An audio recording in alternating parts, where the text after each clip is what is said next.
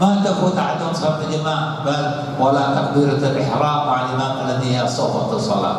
مر من مرات طلحة بن عبيد الله أحد العشرة بشر الجنة، كان عنده حديقة فخرج إلى حديقته فجعل يتفرج على الأزهار وعلى الطيور من شجرة إلى شجرة، فألهاه ذلك حتى فاتته الصلاة مع النبي صلى الله عليه وسلم. ما فاتته الصلاة عن وقتها، وفي إمكانه يصلي في جماعة أخرى، لكن فاتته الصلاة خلف رسول الله صلى الله عليه وسلم. جاء ويصيح إلى يا رسول الله صدق الله، يا رسول الله صدق الله، ما له يا الله صدق الله ما له. فصدق الله حيث يقول إنما أموالكم وأولادكم فتنة. إني خرجت إلى حديقتي فاشتغلت بالأزهار والأطيار حتى فاتتني الصلاة خلفه. وإني أرشدك يا رسول الله وأرشد الحبيب أن حديقتي هذا كلها وصدق للفقراء والمساكين، عسى الله تعالى أن يعوض عني ما فات عني.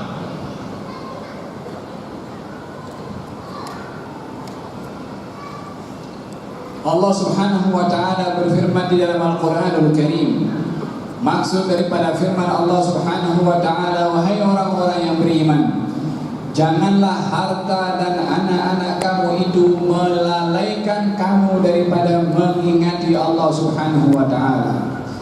Allah Subhanahu wa taala menyentuh agar supaya harta yang dimiliki itu bukan dilarang untuk dimiliki, tapi kita dilarang untuk menjadikan harta itu sebab melalaikan kita daripada mengingati Allah Subhanahu wa taala.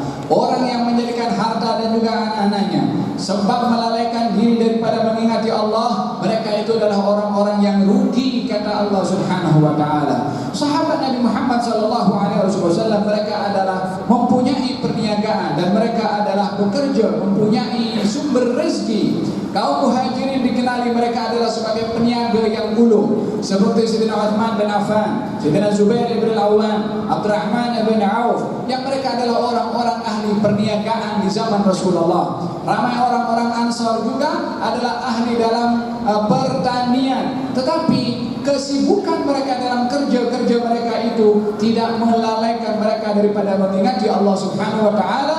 Mereka disifatkan oleh Allah di dalam Al-Qur'anul Karim, sifat mereka itu adalah mereka tidak dilalaikan oleh perniagaan mereka dan juga jual beli mereka daripada mengingati Allah Subhanahu wa taala. Apalagi sifat mereka adalah mereka adalah orang-orang yang takut kepada Allah Subhanahu wa taala dan takut akan hari kiamat, di mana pada hari itu akan berlaku pergolakan hati dan mata-mata manusia.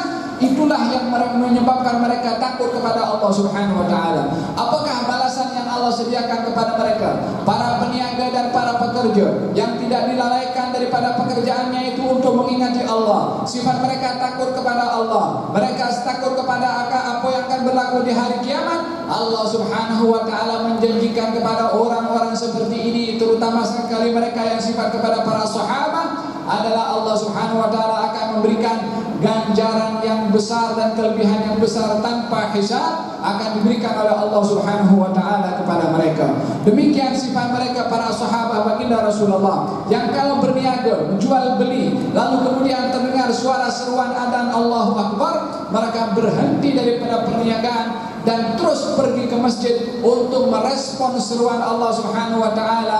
Mereka bukan hanya salat, mereka adalah mengambil peluang untuk melakukan salat berjamaah dan tidak mahu terlepas peluang untuk melakukan salat berjamaah. Bahkan mereka enggan untuk terlepas peluang mendapatkan takbiratul ihram bersama dengan imam, yang merupakan intipati daripada salat seseorang kepada Allah Subhanahu wa taala. Sayyidina Talha yang merupakan salah seorang sahabat Nabi yang diberikan kabar gembira oleh Rasulullah untuk masuk ke dalam surga di antara 10 orang adalah Talha.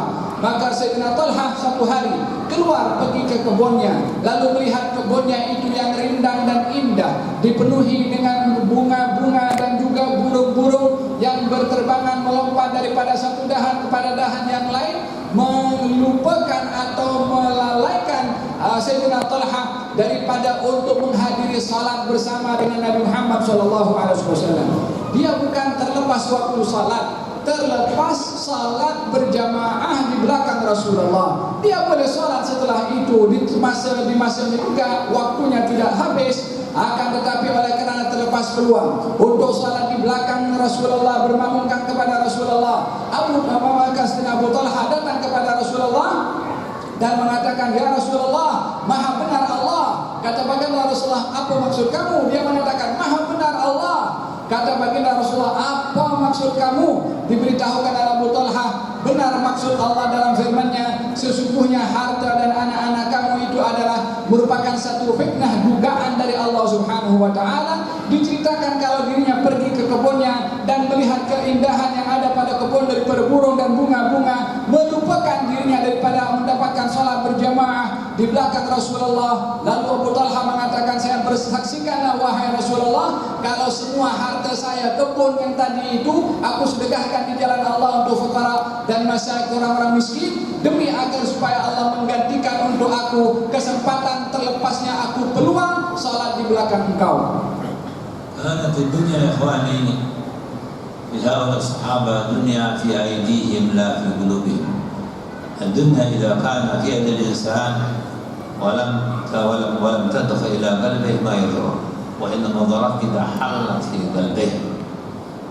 وهل مر من المرات أن سيدنا عمر الخطاب في خلافته جمع ما تيسر من الدنانير في صرة في كيس، وقال لغلامه عبيد بن عبيده، اذهب بهذا إلى أبو عبيدة بن الجراح، كذلك إن أحد العشرة، وكان يقال له أمين هذه الأمة، في كل أمة أمين، وأمين هذه الأمة أبو عبيدة بن الجراح رضي الله عنه وأرضاه. اذهب بهذه السرة إلى عبيد بن الجراح وناول إليه هذا هدية من أمير المؤمنين عمر، أجعله في بعض حاجتك. فذهب الغلام دخل عليه وقال له ذلك عمر بن أمير يسلم عليه ويقول اجعل هذا في بعض حاجتك، فجزاه الله عنه خيرا وصلى الله تعالى كما وصلني. فماذا عمل بتلك الدنانير؟ ذهب دنانير وكيل. فأمر سيدنا عمر ذلك الغلام يصبر عنده ساعة حتى تنظر ما يصنع. فجعل أبو عبيدة بن الجراح أرسل يجعل يعني من تلك الدرائم سررا قسمها 4 5 6 7 فيها صغار، وأمر ولدان حول الصغار أن يذهبوا إلى فلان لا إلى فلان، فقراء مساكين أيتام أرامل، حتى أنفذها كلها ولا يذكر لنفسه دينارا واحدا، أنفذها كلها. فرجع الغلام إلى سيدنا عمر وأخبره بما رأى، فإذا سيدنا عمر قد أعد دنانير أخرى مثل الأولى، وقال الغلام اذهب بهذا إلى معاذ بن جبل من جبال علم. صلى الله عليه وسلم عرفهم بالحلال والحرام معاذ بن جبل رضي الله عنه. وقل يسلم عليه على المؤمنين وعطي هذه السرة، وقل اجعل في بعض حوائجه واصبر عنده ساعة حتى تنظر ماذا يصنع. فذهب الغلام وقال له ذلك وقال جزاه الله خير وصلى الله كما وصلني. فدعا بغلمانه وجواريه يقسم هذا الدنانير من 5 إلى فقراء المدينة، والمدينة ملان بالفقراء المساكين، إلى حرام الأيتام قسمها كلها حتى لم يبقى في الخرقة إلا درهمان وديناران. وطلعت عليه امرأة قالت والله نحن مساكين ما عندنا شيء، فرماهما إليهما الباب درهما. فرجع الغلام فأخبر سيدنا عمر بذلك، فقام سيدنا عمر وقال هم إخوة بعضهم من بعض، كان قلوبهم كقلب رجل واحد متحابين متوادين متراحمين كما ما وصفهم الله تعالى بالقرآن إنما المؤمنون إخوة فأصلحوا بين أخويكم كما ما وصف النبي صلى الله عليه وسلم مثل المؤمنين بالتواد والتعاطي والتراحم كمثل جسد واحد إذا اشتكى منه تداعى سائر الجسد بسائر الحمى. فهذه بسهر الحمى علينا أن نفهم يا أخوان وندرك أننا معشر المسلمين إخوة واحدة كلنا إخوة واحدة بلادنا واحدة وقرآننا واحد ونبينا واحد إخوة واحدة. ولكن هؤلاء الكفار أعداء الدين هم الذين فرقوا بين المسلمين حتى يتناحروا ويتضاربوا ويتضاقلوا وحتى جعلوا أحزابا وطوائف كل طائفة تكره طائفة الأخرى بل تكفرها بل تقاتلها كما هو الواقع اليوم على المسلمين. وقعوا المسلمون الآن وقعوا فيما حذرنا رسول الله صلى الله عليه وسلم لما خطبنا خطبة عظيمة في حجة الوداع. في حجة الوداع خطبة كان مما قال إن الله تعالى إن الله تعالى سائلكم عني ماذا أنتم تقولون؟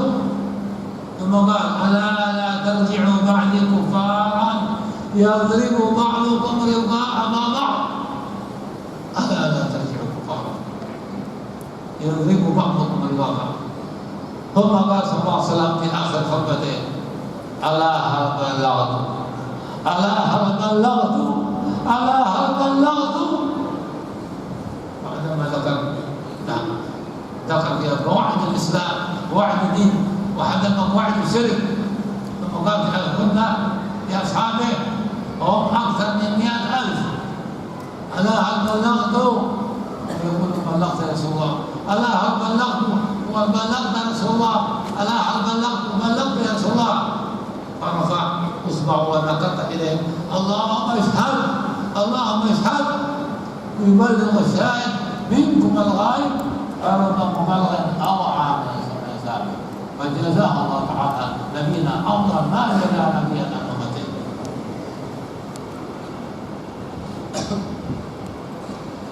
Dunia itu hina di mata para sahabat Nabi Muhammad sallallahu alaihi wasallam. Dunia diletakkan di tangan-tangan mereka dan tidak menyentuh kepada hati mereka. Keduniaan bila mana tidak mengganggu dan menyentuh kepada hati itu adalah perkara yang tidak mengganggu akan keimanan dan keyakinan seseorang itu dan kebaikan orang itu di sisi Allah Subhanahu wa taala. Kita melihat bagaimana Sayyidina Umar bin Khattab radhiyallahu anhu ketika beliau menjadi khalifah memberikan beberapa dinar dan diletakkan di sebuah kantong dan diberikan kepada Sayyidina Abu Ubaidah ibn Jarrah, merupakan salah seorang daripada sahabat Nabi yang mendapat berita gembira untuk masuk surga dan termasuk daripada orang yang diistimewakan oleh Rasulullah untuk menjadi amin hadil ummah, orang yang terpercaya di antara umat Nabi Muhammad SAW. Beliau bersabda, setiap umat mempunyai orang yang terpercaya. Daripada umatku, orang yang terpercaya adalah Abu Ubaidah ibn Jarrah. Sayyidina Umar memberikan hadiah berupa dinar, beberapa dinar melalui budaknya. Dihantarkan hadiah tersebut kepada Sayyidina Abu Ubaidah bin Jarrah, maka Sayyidina Abu Jarrah menerima dan mengucapkan terima kasih. Maka ditunggu oleh budak Sayyidina Umar bin Khattab yang disuruh untuk menyaksikan apa yang dilakukan oleh Sayyidina Abu Ubaidah dengan harta pemberian Sayyidina Umar. Maka Sayyidina Abu Ubaidah membahagikan harta yang diberikan hadiah oleh Sayyidina Umar kepada beberapa kantong kecil dan dihadiahkan atau disedekahkan kepada orang-orang daripada kalangan fuqara dan masakin, sehingga sejumlah hadiah Sayyidina Umar itu semuanya dihabiskan dengan diberikan kepada kaum fakir miskin. Maka budak itu kembali kepada Sayyidina Umar dan memberitahukan apa yang terjadi. Lalu Sayyidina Umar mengambil lagi duit, diberikan kepada budak itu, mengatakan hantarkan hadiah ini kepada Sayyidina Mu'adz bin Jabal, salah seorang yang dikenali dengan keilmuannya. Nabi bersabda orang yang paling alim dalam ilmu halal dan haram adalah Sayyidina Mu'adz bin Jabal. Maka diberikan hadiah juga oleh Sayyidina Umar bin Khattab. Lalu Sayyidina Mu'adz bin Jabal mengeluarkan harta itu, diagihkan ataupun diletakkan dalam kantong-kantong kecil, juga diberikan kepada kaum fakir miskin di Madinah, sehingga tidak tersisa daripada kantong yang dipenuhi dengan harta hadiah pemberian Sayyidina Umar kecuali hanya ada 2 dinar atau 2 dirham. Maka dinampak oleh istrinya berkata, berikanlah kepada kami 2 dinar ataupun 2 dirham daripada sisa harta tadi. Sesungguhnya di rumah kami tak ada apa-apa harta. Diberikan oleh Mu'adz bin Jabal kepada istrinya. Maka ketika budak itu datang memberitahukan kepada Sayyidina Umar apa yang berlaku, Sayyidina Umar menjawab, mereka itu adalah orang-orang yang bersaudara sehingga sifatnya pun sama. Demikian mereka yang dipuji oleh Sayyidina Umar bin Khattab, mereka adalah orang-orang yang mengorbankan apa yang mereka miliki di jalan Allah Subhanahu wa taala. Kita adalah orang-orang yang diikat oleh Allah dengan ikatan tali persaudaraan. Sesungguhnya orang-orang beriman itu bersaudara. Nabi bersabda, perumpamaan orang-orang beriman adalah umpama satu bangunan atau umpama satu jasad. Kalau satu bahagian anggota jasad itu sakit, maka seluruh anggota tubuh badan pun akan sakit. Demikian orang-orang beriman itu kepada Allah diikat dengan tali persaudaraan. Hendaklah kita memahami bahwasanya kita semua adalah orang-orang yang dipersaudarakan oleh Allah Subhanahu wa taala. Kita adalah satu umat, kiblat kita satu, Quran kita satu, Nabi kita satu. Dengan demikian kita adalah merupakan umat yang disatukan oleh Allah Subhanahu wa taala. Orang-orang kafir yang berjaya telah memecah belah umat Islam. Mereka saling membunuh sesama sendiri. Mereka dipecah belahkan dengan berbagai kelompok. Kelompok yang satu benci pada kelompok yang lain. Kelompok kelompok ini mengkafirkan yang sana. Demikian yang berlaku hasil daripada orang-orang kafir yang memecah belah ikatan persaudaraan antara orang-orang beriman kepada Allah. Pesanan Rasulullah pada Haji Wada dalam khutbahnya, beliau bersabda, jangan kamu kembali setelah aku saling membunuh satu dengan yang lain. Demikian pesanan Rasulullah, sehingga pada akhirnya Nabi bersabda dan bertanya kepada para sahabat yang dihadiri lebih kurang 100.000 orang pada haji tersebut. Nabi bertanya, aku sudah sampaikan wasiat aku? Mereka menjawab, ya wahai Rasulullah. Maka Nabi mengangkat tangannya dan mengatakan, ya Allah, jadilah engkau saksi kalau aku sudah menyampaikan. Yang hadir di sini menyampaikan kepada yang tidak hadir, kata Rasulullah. Mungkin saja orang yang mendengar lebih memahami daripada orang yang mendengarkan. Demikian wasiat Rasulullah. Al-Islam la yuhib an takun munafarah بين المسلمين بعضهم لبعض والدنيا كلها أحقر من أن تؤدي إلى منازعة ساعة، فضلا عن قتال، فضلا عن حلاق أنفس. وسيدنا عمر الخطاب رضي الله عنه وأرضاه، نحن قوم أعزنا الله تعالى بالإسلام، فمهما طلبنا العزة بغيره أذلنا الله تعالى. وكان العرب قبل الإسلام في جهل وفوضى، فلما جاء الإسلام حذرهم وجمعهم وعلى بين قلوبهم، كما قال الله تعالى واعتصموا بحبل جميعا ولا تفرقوا. ولكن الآن المسلمون لما تركوا أحكام الإسلام وتعاليم الإسلام وتمسكوا بأحزاب وقوميات وعقائد مستوردات، أذلهم الله تعالى. وإلى الله سبحانه وتعالى يقول ولله العزة وللمسلمين، ولله العزة وللمسلمين وللمسلمين. نسأل الله تعالى أن يعلم بين قلوبنا وأن يصلح ذات بيننا وأن يهدينا إياكم سبل السلام وأن يخرجنا من الظلمات إلى النور وأن يجنبنا الظاهر ما ظهر وأن يبارك في أسماعنا وأبصارنا وقلوبنا وأزواجنا وذريتنا وأن يتوب علينا وعليهم توبة نصوحا يزكي بها جسدنا وقلبنا روحا وأن يرينا الحق حقا زقنا اتباعه، وأن يرينا الباطل باطلا زقنا اجتنابه، وأن يجعل هوانا تبعا لما جاء بحبيبنا محمد صلى الله عليه وسلم، وأن الله تعالى يفقهنا في الدين ويعلم التأويل ويهدينا إلى سبيل ويعطينا عطاء جزيل، وأن الله تعالى كما جمعناكم في هذه الدار على ذكر المختار على سماع قصة المعراج والإسراء والمعراج حبيبنا محمد صلى الله عليه وسلم، نسأله أن يجمعنا غدا في مقعد صدق عند ملك المقتدر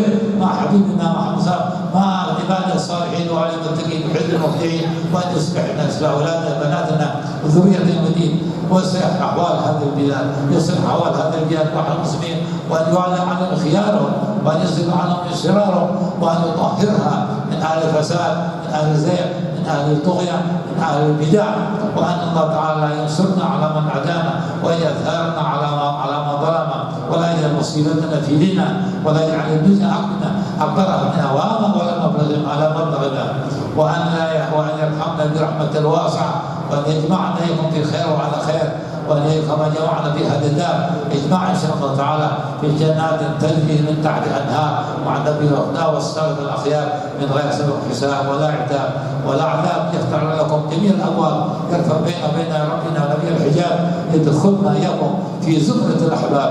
يا رب اجمعنا وأحبابنا لنا في دار الفردوس أرضنا الموضعين، فضلا وإحسانا منا منه يا ذا الجود والفضل العظيم العظيم.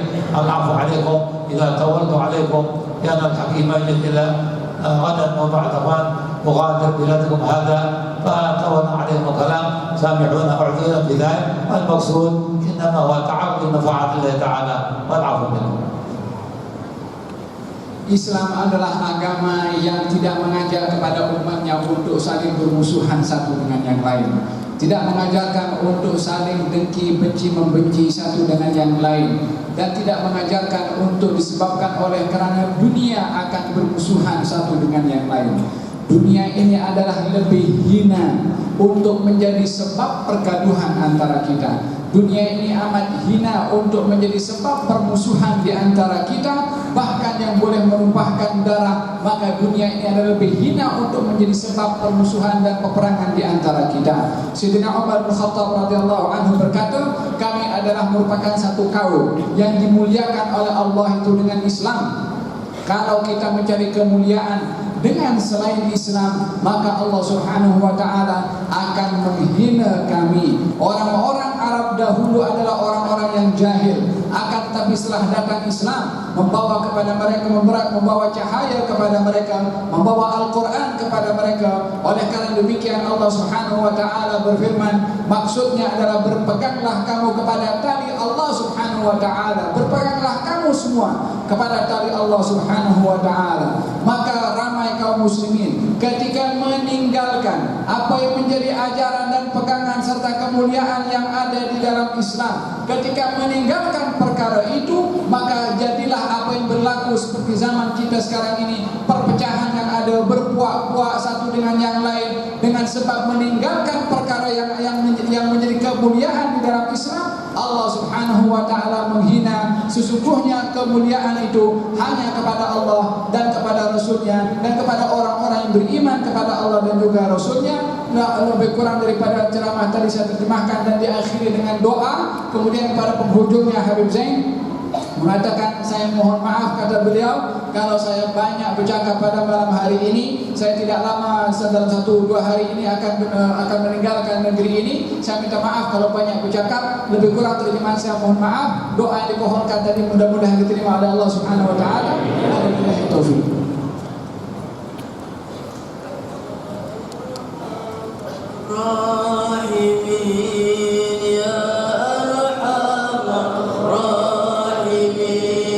Ya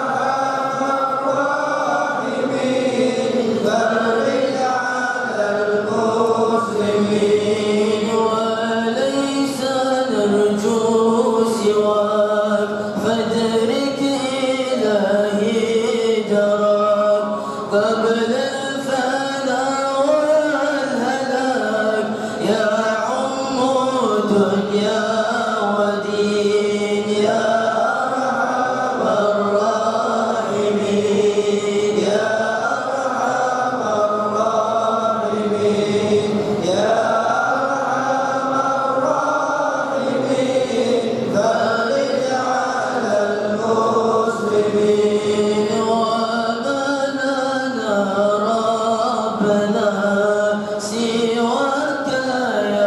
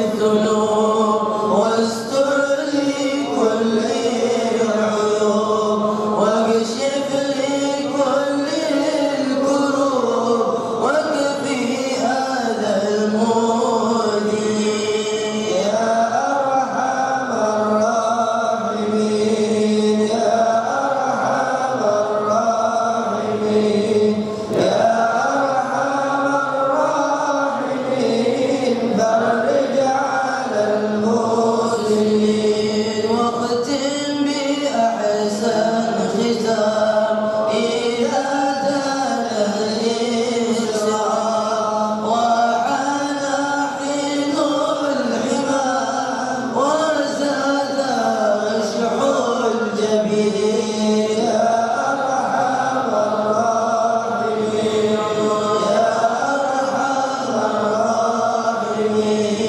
يا أرحم الراحمين فرج على المسلمين ثم الصلاة والسلام على شفيع الأنام والآل نعم الكرام والصحب والتابعين يا أرحم الراحمين يا أرحم الراحمين يا أرحم الراحمين فرج على المسلمين يا أرحم الراحمين يا أرحم الراحمين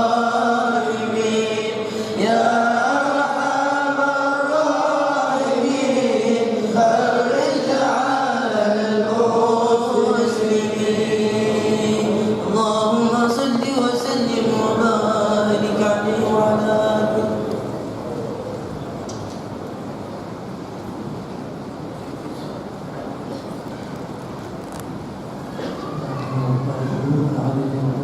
ان شاء الله نفعل كل صلاه هذه ان شاء الله هذه ان شاء الله ولا نية من صلى الله عليه عبد النبي سيدنا محمد صلى الله عليه وسلم سورة الفاتحة.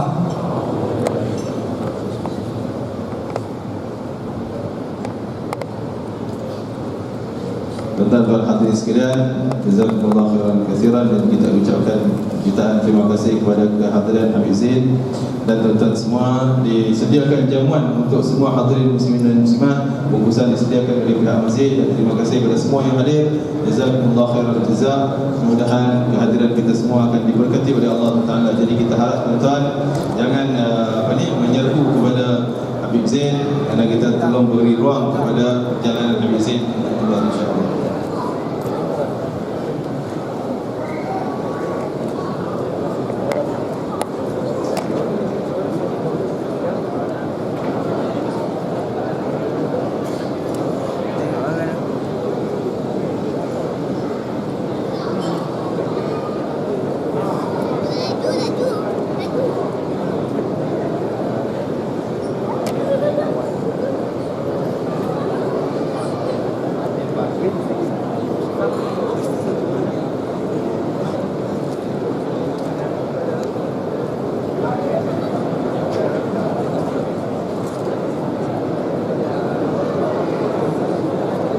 Tuan-tuan silakan ambil jamuan bungkusan yang disediakan di pintu masjid.